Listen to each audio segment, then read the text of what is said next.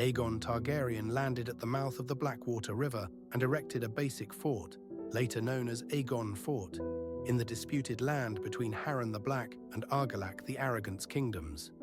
This strategic placement ensured that neither rival could definitively claim him as their problem. Embracing the customs of Westeros, Aegon unveiled his own banner, a red three-headed dragon breathing fire on a black field. Visenya crowned him with a circlet of Valyrian steel adorned with rubies, and Rhaenys declared him the first High King since the Dawn Age.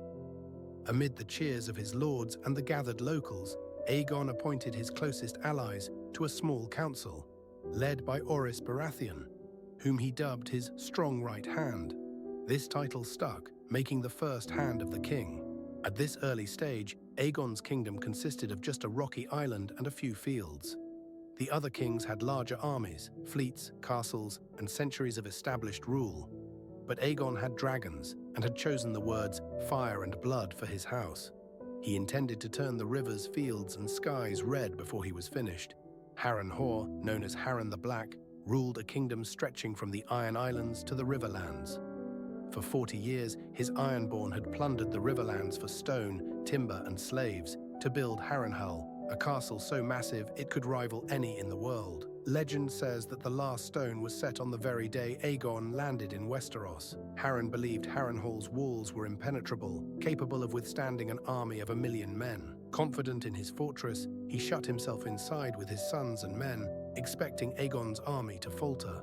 When Aegon arrived, he requested a parley with Harren, who granted it. Aegon offered Harren a chance to surrender. If he yielded, he could remain as Lord of the Iron Islands, and his sons would live to rule after him.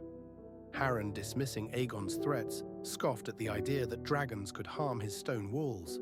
"Yield now, and you may remain as Lord of the Iron Islands," Aegon said. "Yield now, and your sons will live to rule after you."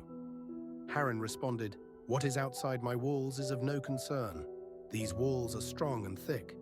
Dragons fly, but stone doesn't burn."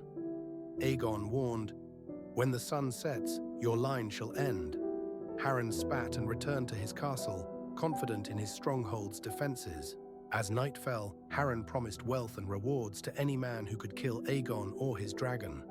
His men patrolled the walls, hearing wings in every gust of wind. But no dragon appeared.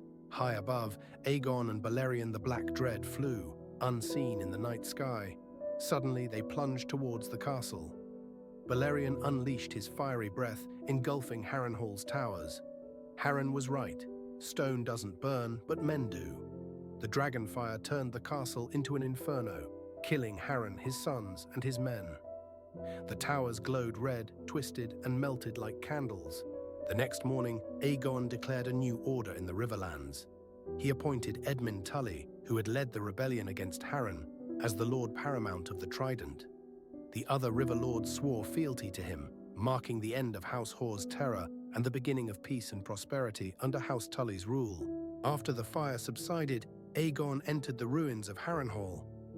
He saw the charred bodies, scorched stones, and melted swords of his enemies. To his men's surprise, he ordered these useless swords collected and sent to Aegon Fort.